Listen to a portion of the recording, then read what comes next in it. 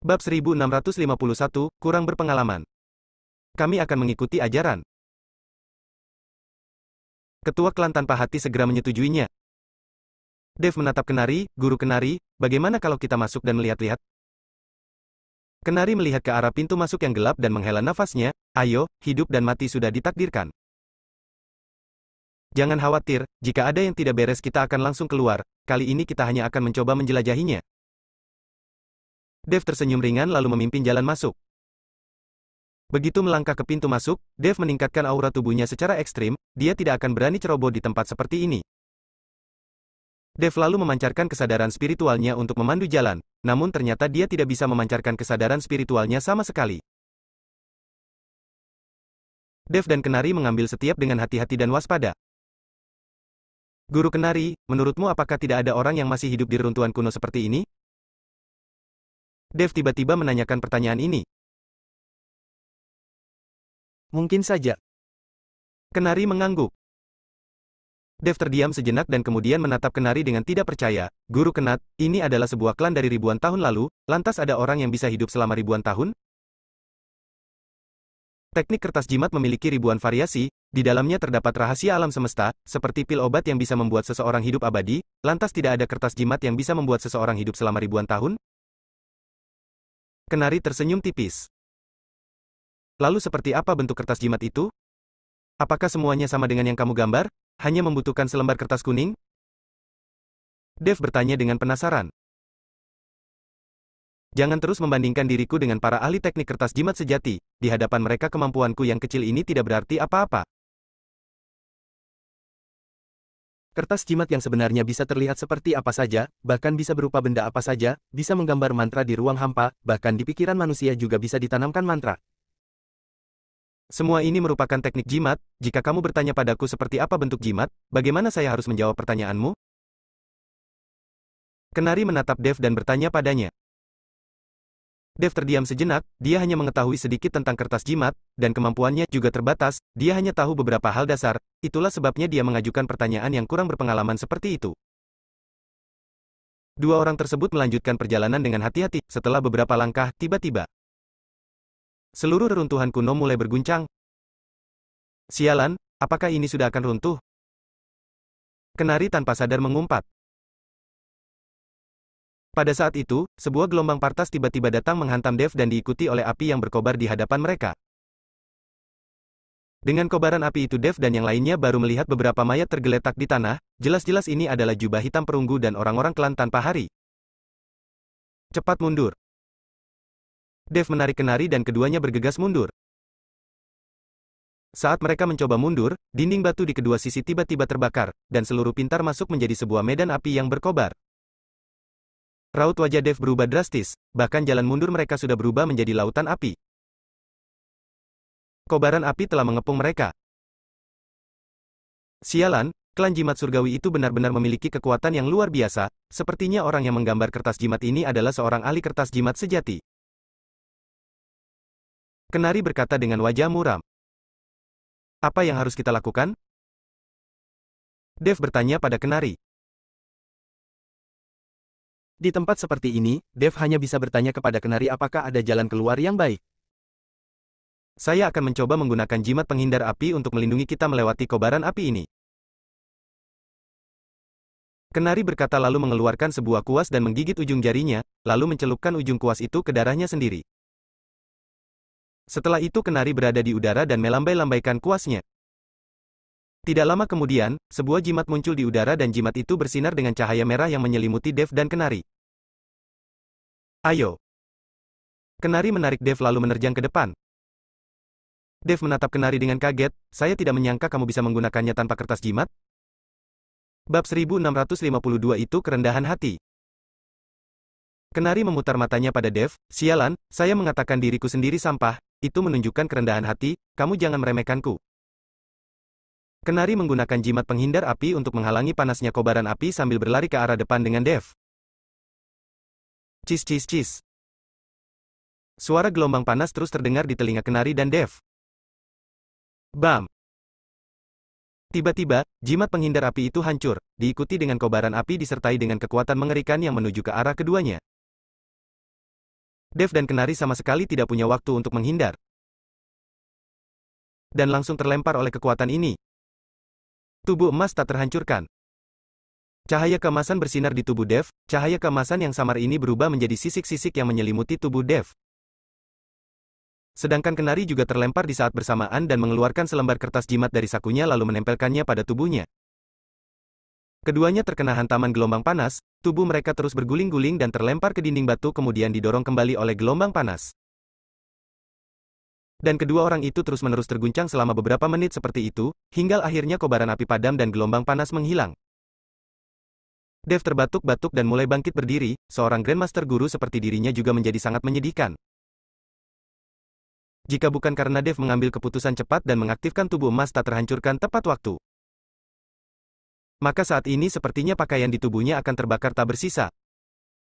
Guru Kenari. Dev melihat Kenari yang berada tidak jauh dari situ, terbaring tak bergerak, bergegas menghampiri dan membantu Kenari berdiri. Melihat wajah Kenari yang menjadi hitam, Dev tidak bisa menahan tawanya. Bab 1652, itu kerendahan hati. Sialan, kamu masih bisa tertawa, kita berdua hampir saja mati. Kenari memelototi Dev. Kertas jimat yang ditempelkan di tubuh Kenari sudah terbakar, pakaiannya juga berlubang-lubang, tapi untungnya masih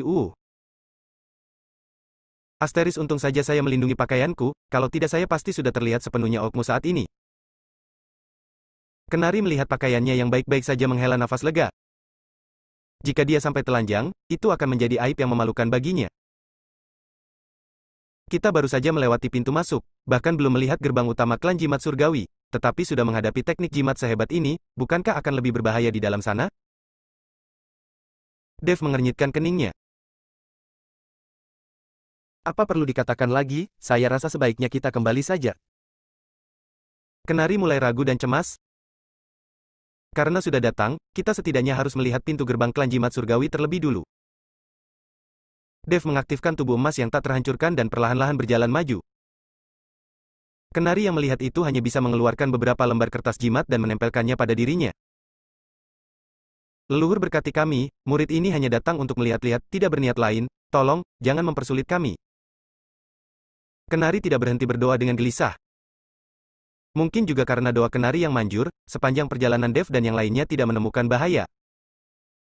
Tidak lama kemudian, keduanya tiba di sebuah area terbuka dan di area terbuka ini sebuah tembok yang sudah hancur terlihat. Sekilai terlihat pertempuran hebat pernah terjadi di tempat ini. Di antara reruntuhan bangunan yang hancur, terdapat sebuah gerbang yang menjulang tinggi. Seolah-olah menandakan bahwa tempat ini pernah menjadi markas sebuah klan yang makmur dan megah. Klan Jimat Surgawi, ini adalah klan Jimat Surgawi. Kenari berteriak kegirangan setelah melihat 3 kata klan Jimat Surgawi yang tertulis di pintu gerbang. Tatapan mata Dev berkilat dengan kegembiraan dan langsung berlari menuju klan Jimat Surgawi. Kenari yang melihat hal ini hendak memperingatkan Dev namun terlihat sekujur tubuh Dev yang membeku. Selanjutnya, sebuah energi yang kuat langsung menghantamnya dan membuat Dev tidak bisa menghindar lalu terlempar keluar. Saya baru saja ingin memperingatkanmu, kenapa kamu begitu ceroboh? Klan Jimat Surgawi pasti memiliki rahasia di dalamnya, kamu menerobos masuk begitu saja apa bedanya dengan cari mati? Kenari berkata sambil membantu Dev berdiri. Dev menyeka darah dari sudut malumnya dan berkata sambil mengernyitkan keningnya, energi yang sangat menakutkan. Energi tadi baru saja ditunjukkan tadi sepertinya tidak kalah dengan kekuatan Grandmaster Guru Puncak. Bab 1653, segera keluar. Bagaimana kalau kita keluar dulu, hari ini kita tidak menyiapkan apapun, jika menerobos masuk seperti ini mungkin tidak akan berhasil. Kenari membujuk Dev. Saya akan mencoba sekali lagi, kalau memang tidak bisa, kita keluar saja dulu. Dev merasa sedikit enggan, dia perlahan-lahan berjalan mendekati pintu klan Jimat Surgawi.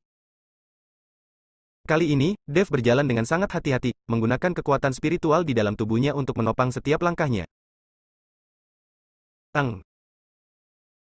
Tepat saat Dev menginjakan kakinya di ambang pintu klan Jimat Surgawi, tiba-tiba terjadi guncangan di ruang hampa.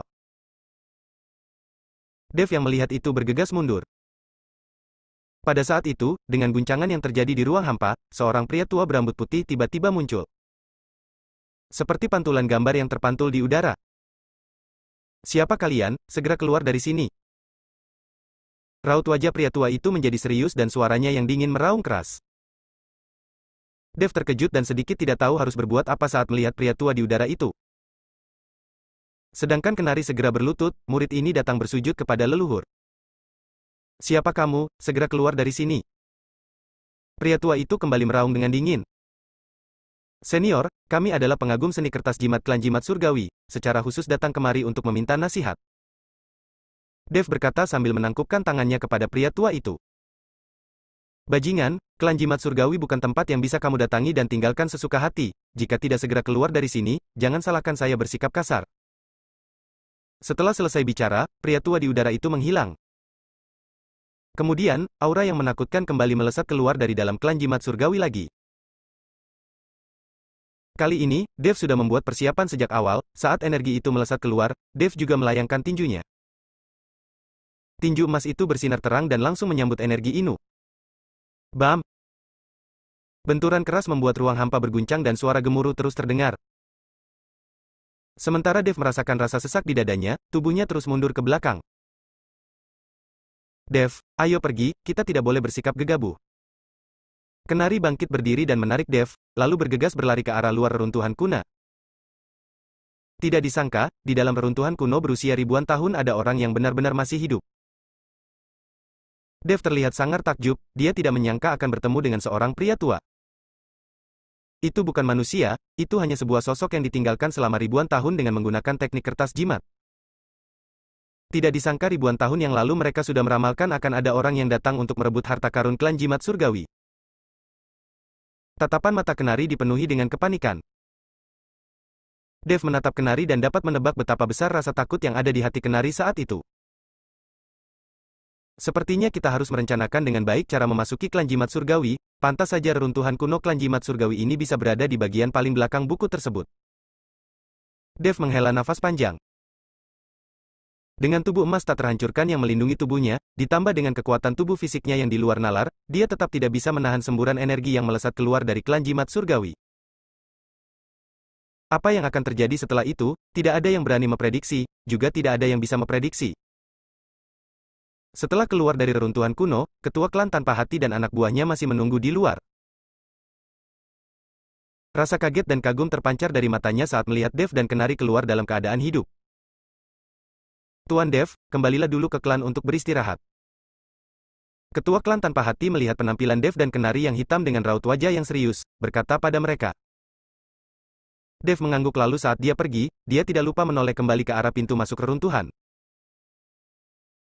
Sekarang dia sudah melangkah masuk ke ranah Grandmaster Guru, tapi dia tidak menyangka dia akan ditindas oleh orang-orang berbaju hitam yang tidak dikenalnya, bahkan ditekan oleh anak buah keluarga Hani. Ini sudah membuat Dev sangat terpukul.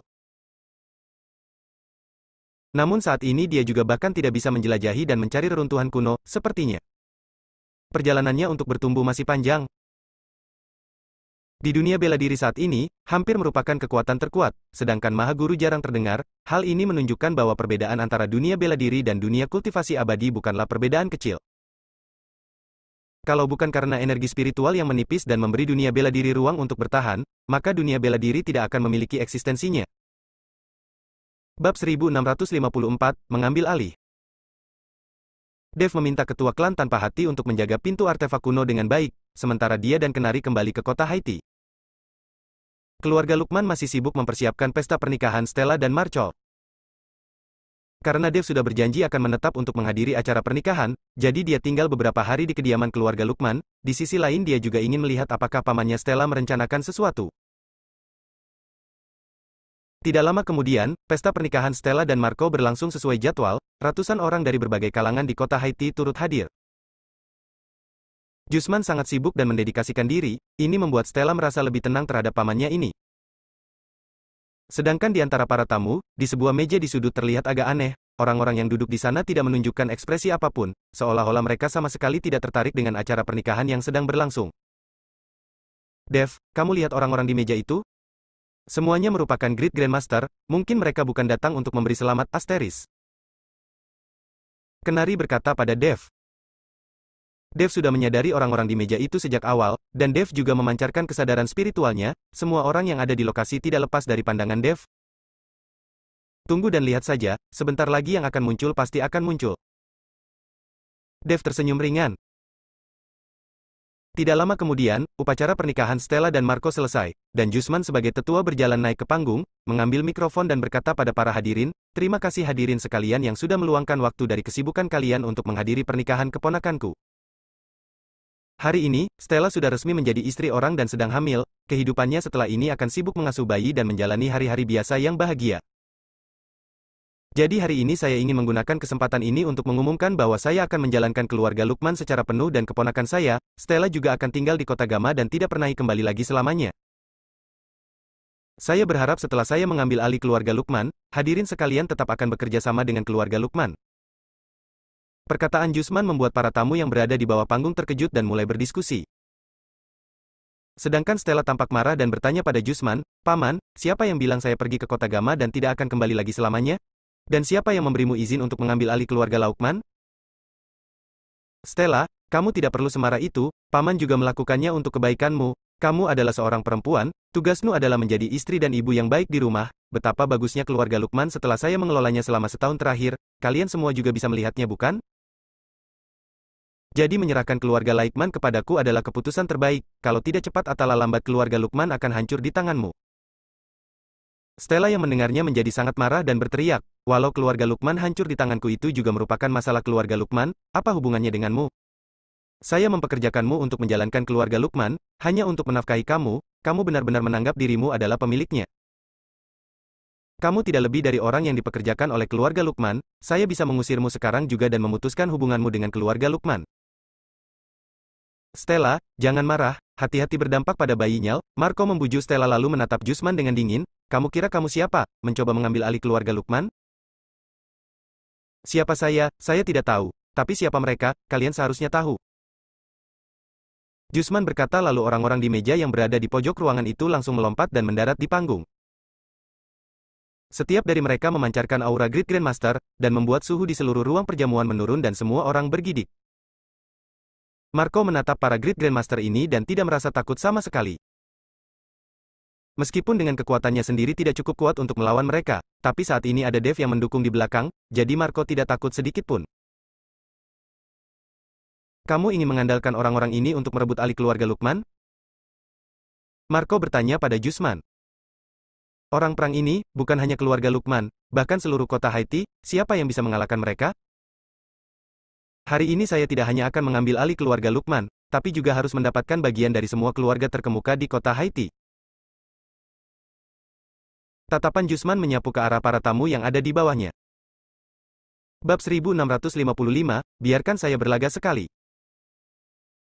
Mendengar perkataan Jusman yang ingin ikut campur dalam bisnis keluarga lainnya, seketika mereka semua menjadi tidak senang. "Kamu kira siapa kamu? Masih ingin ikut campur bisnis keluarga lain?" Seorang pria parubaya yang tinggi langsing seketika memaki Jusman.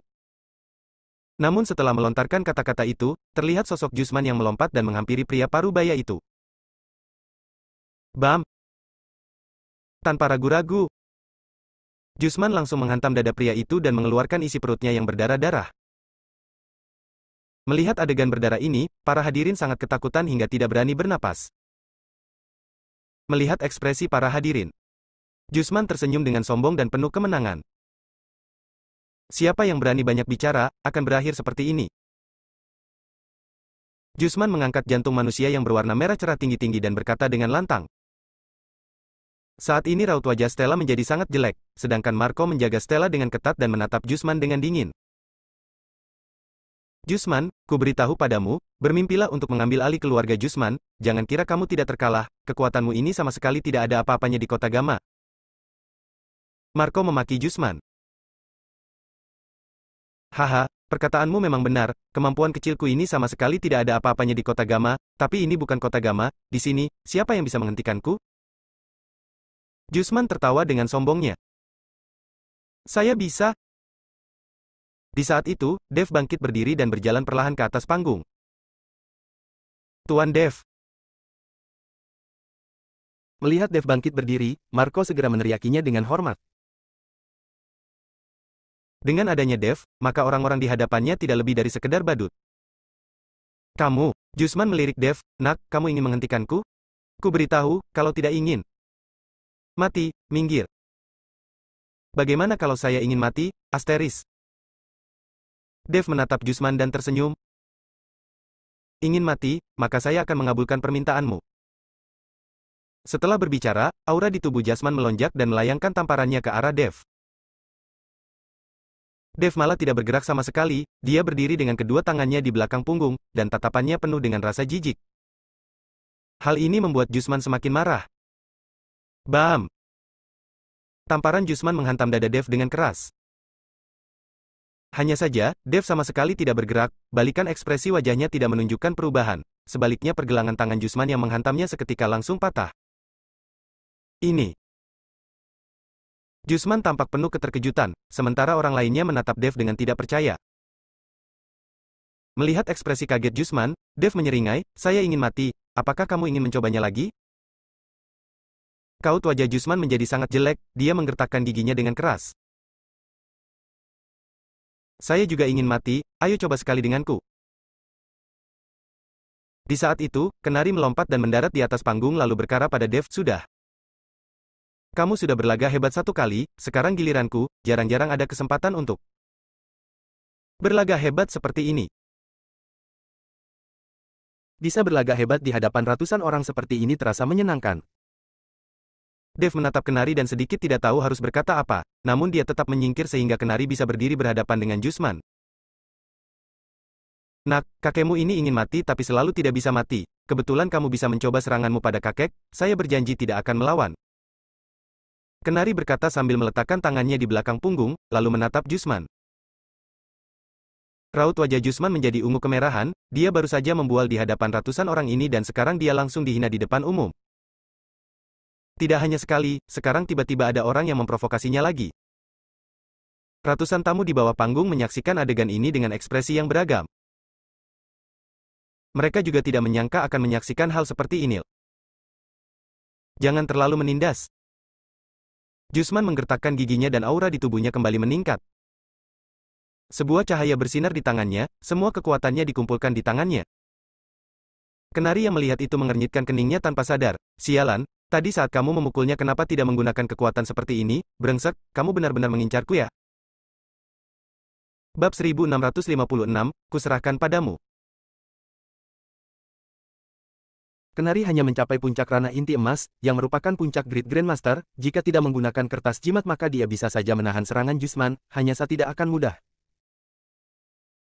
Itulah sebabnya Kenari memaki Jusman dengan tidak puas lalu menarik Dev dan berkata, sebaiknya kamu saja yang melakukannya, cucu ini tidak bermoral. Jusman juga sangat marah, ini bukan permainan melainkan pertarungan, satu pukulan tidak bisa menentukan hidup dan mati. Dev tersenyum, lalu berdiri dengan santai di hadapan Jusman. Pada saat ini, Jusman sudah berada di ujung tanduk dan mau tidak mau harus menyerang. Nak, matilah. Jusman melayangkan tamparannya, cahaya di telapak tangannya langsung menghantam dada Dev dengan bunyi bam bam bam. Dev tidak bergerak sedikit pun, sebaliknya Jusman yang terlempar keluar oleh serangan balik yang kuat itu. Tubuh Jusman menghantam sebuah meja dengan keras, menghancurkan meja itu hingga berkeping-keping, dan membuat para tamu ketakutan lalu bergegas menghindar. Jusman memuntahkan seteguk darah segar, aura di tubuhnya juga menghilang. Melihat adegan ini, para tamu di sekelilingnya malah bertepuk tangan tanpa sadari. Para tamu menatap Dev dengan kaget, bertepuk tangan untuk Dev dan Kenari di sisi lain sedikit kecewa. Sialan, anak ini berhasil berlaga hebat lagi.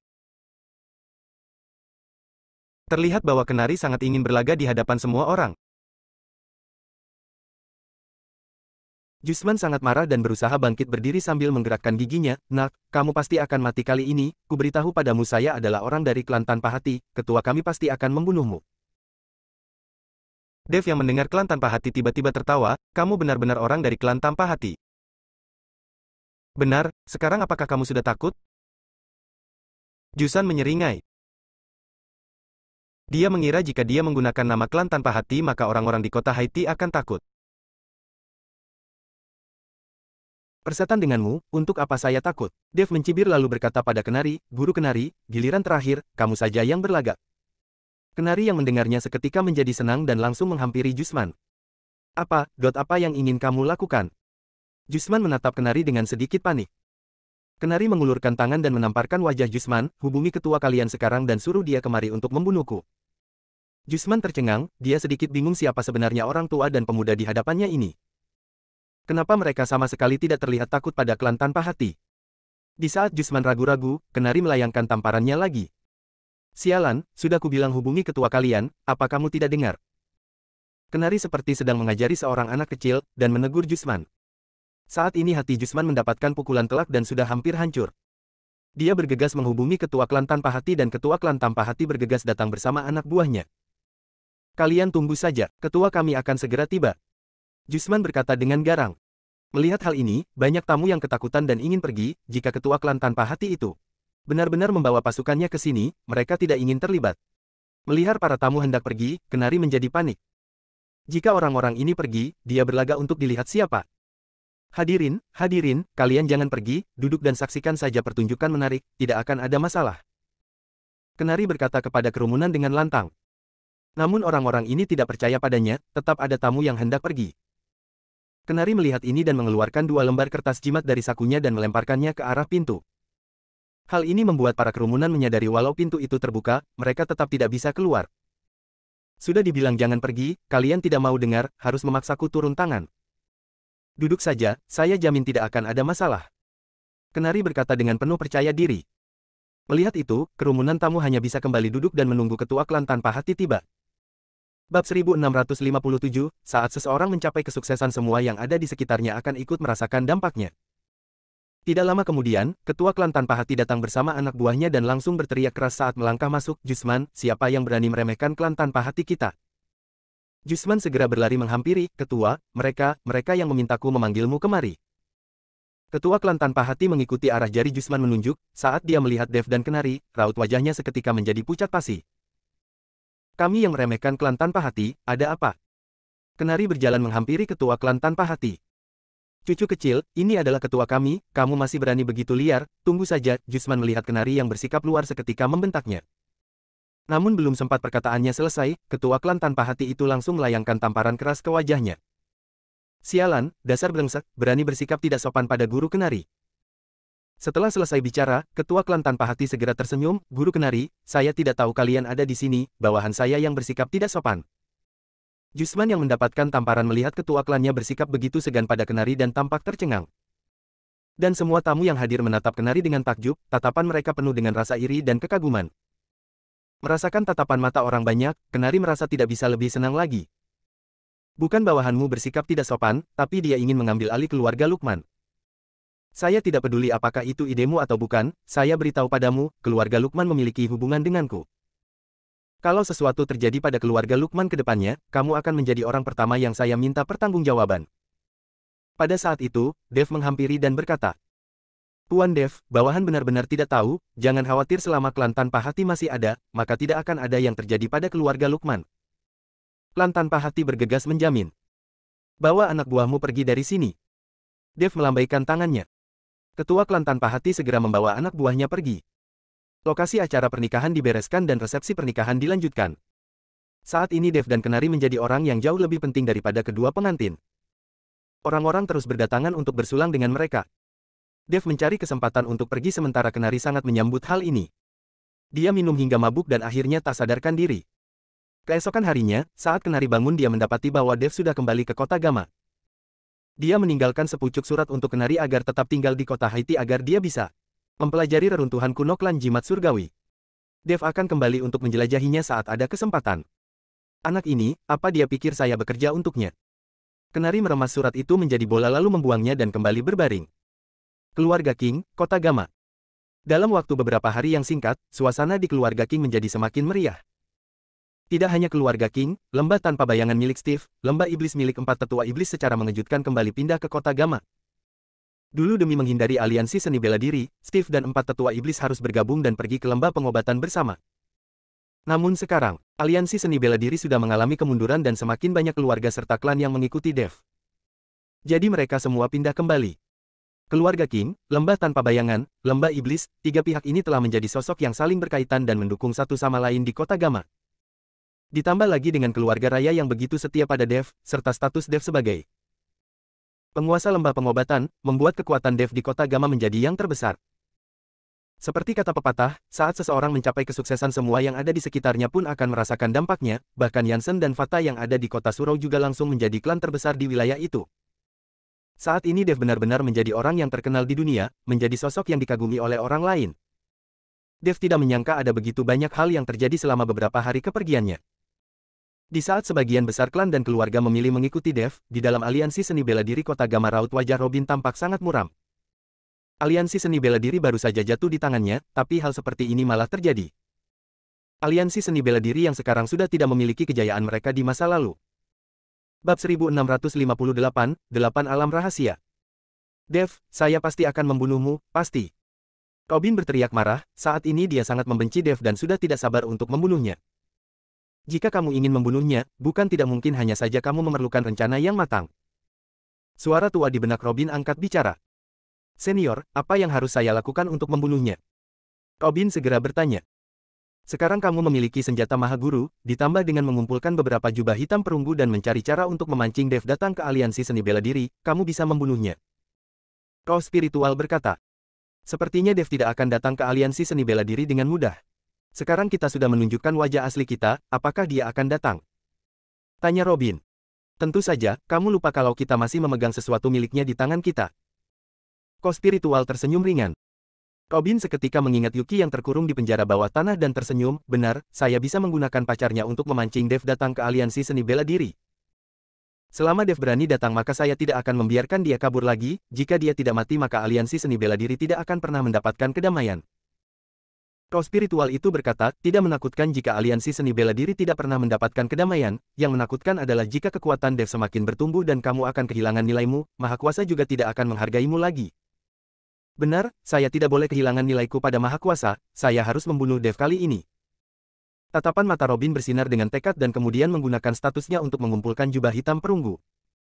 Sedangkan Dev yang tidak mengetahui rencana Robin sedang berada di kota Gamma. Dia sedang menunggu waskita pulang dan ingin mencari tahu tentang Istana Gerhana Ungu. Hari ini, Mia meneleponnya. Dev melihat Mia yang meneleponnya seketika menjadi bersemangat. Mia mencarinya, itu artinya waskita seharusnya sudah pulang. Ternyata benar saja, Mia memberitahu Dev untuk datang ke keluarga Zefri, dan mengatakan kalau ayahnya sudah kembali. Dev bergegas pergi ke keluarga Zefri. Waskita sedang menunggu Dev di ruang tamu, melihat Dev tiba, dia bergegas bangkit berdiri, Tuan Dev, silakan duduk. Kepala keluarga Zefri, kamu terlalu sungkan, panggil saja saya Dev. Dev segera berkata. Lagi pula Dev tidak berani bersikap begitu sombong saat membutuhkan bantuan orang lain.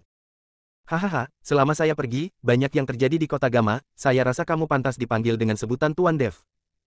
Waskita tertawa terbahak-bahak, saya mendengar Mia mengatakan kamu mencariku, apakah ada urusan? Kepala keluarga Zefri, saya ingin bertanya tentang Istana Gerhana Ungu padamu, apakah kamu tahu di mana lokasi Istana Gerhana Ungu? Dev bertanya pada Waskita. Untuk apa kamu bertanya tentang Istana Gerhana Ungu? Walau saya memberitahumu lokasi Istana Gerhana Ungu, kamu juga tidak bisa masuk ke dalam Istana Gerhana Ungu. Kata Waskita. Kenapa? Dev tampak bingung.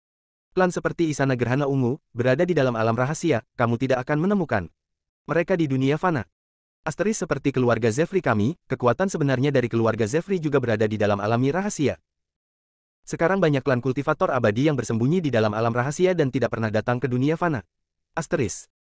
Seingatku saya pernah memberitahukan kepadamu, kultivator abadi yang masih tersisa di dunia fana tidak akan mencapai terlalu banyak hal. Waskita menjelaskan pada Dev. Kepala keluarga Zefri, apakah kalian tinggal di alam rahasia yang sama dengan Istana Gerhana Ungu, apakah kamu bisa membawaku ke Istana Gerliana Ungu? Tanya Dev. Waskita tersenyum, meskipun kamu tinggal di alam rahasia, tapi kami tidak tinggal di alam rahasia yang sama. Perang antara dewa dan iblis membuat langit dan bumi hancur. Saat itu, 8 Vajra membuka 8 alam rahasia dan beberapa keluarga kultivator abadi tinggal di 8 alam rahasia ini. Apakah kamu memahami penjelasanku ini? Waskita bertanya pada Dev. Bab 1659, menginap semalam. Dev mengangguk, kepala keluarga Zefri, lantas 8 alam rahasia ini tidak saling terhubung satu sama lain. Bukan seperti itu, terdapat portal teleportasi yang memungkinkan kamu berpindah ke alam rahasia yang diinginkan. Namun setiap kali berteleportasi membutuhkan waktu 3 hari untuk bisa melanjutkan teleportasi ke orang yang sama, jadi hanya sedikit orang yang menggunakannya. Jawab Waskita. Kenapa seperti itu? Dev tidak mengerti, kalau bisa berteleportasi kenapa tidak pergi ke alam rahasia lainnya. Saya tanya saja kepada Tuan Dev, apakah kamu akan tiba-tiba berteleportasi ke tempat yang sangat asing bagimu? Dan harus menetap di sana selama 3 hari, jangankan 3 hari, bahkan 3 jam juga akan membuat semua harta dan sumber daya di tubuhmu dikuras habis oleh orang lain. Waskita tersenyum, para kultivator abadi di alam rahasia sama seperti manusia biasa, mereka juga memiliki karakter manusia biasa. Hal ini membuat Dev mengerti, bahwa klan-klan di dalam alam rahasia juga saling bersaing satu sama lain. Dev tiba-tiba teringat pada Hani yang dia temui beberapa waktu lalu, serta orang berpakaian hitam yang kuat dan pelayan keluarganya. Kepala keluarga Zefri, apakah orang-orang di alam rahasia bisa masuk ke dunia fana? Tanya Dev. Tentu saja bisa, bukankah saya juga baru kembali dari alam rahasia? Namun biasanya orang-orang dari alam rahasia jarang datang ke dunia fana, karena jika orang-orang dari alam rahasia datang ke dunia fana, dan tinggal dalam jangka waktu tertentu, kekuatan mereka mungkin akan menjadi stagnan dan bahkan mengalami kemunduran. Jadi orang-orang dari alam rahasia biasanya jarang datang ke dunia fana jika bukan karena masalah mendesak, dan beberapa hal di dunia fana sama sekali tidak menarik perhatian mereka. Sebagai perwakilan keluarga Zefri di dunia fana, saya menetap lama di dunia fana dan itulah sebabnya mengapa kekuatanku tidak pernah meningkat. Waskita tersenyum tidak berdaya, bisa dilihat kalau dia juga haus akan kekuatan, hanya saja sayangnya dia dipilih menjadi perwakilan di dunia fana dan hanya bisa mematuhinya. Dev berpikir sejenak, memang benar kultivator abadi yang dia temui di dunia fana tidak terlalu kuat, dan dia sendiri adalah pengecualian. Hanya saja Dev belum tahu apakah dia akan menemui hambatan dalam peningkatan kekuatannya nanti.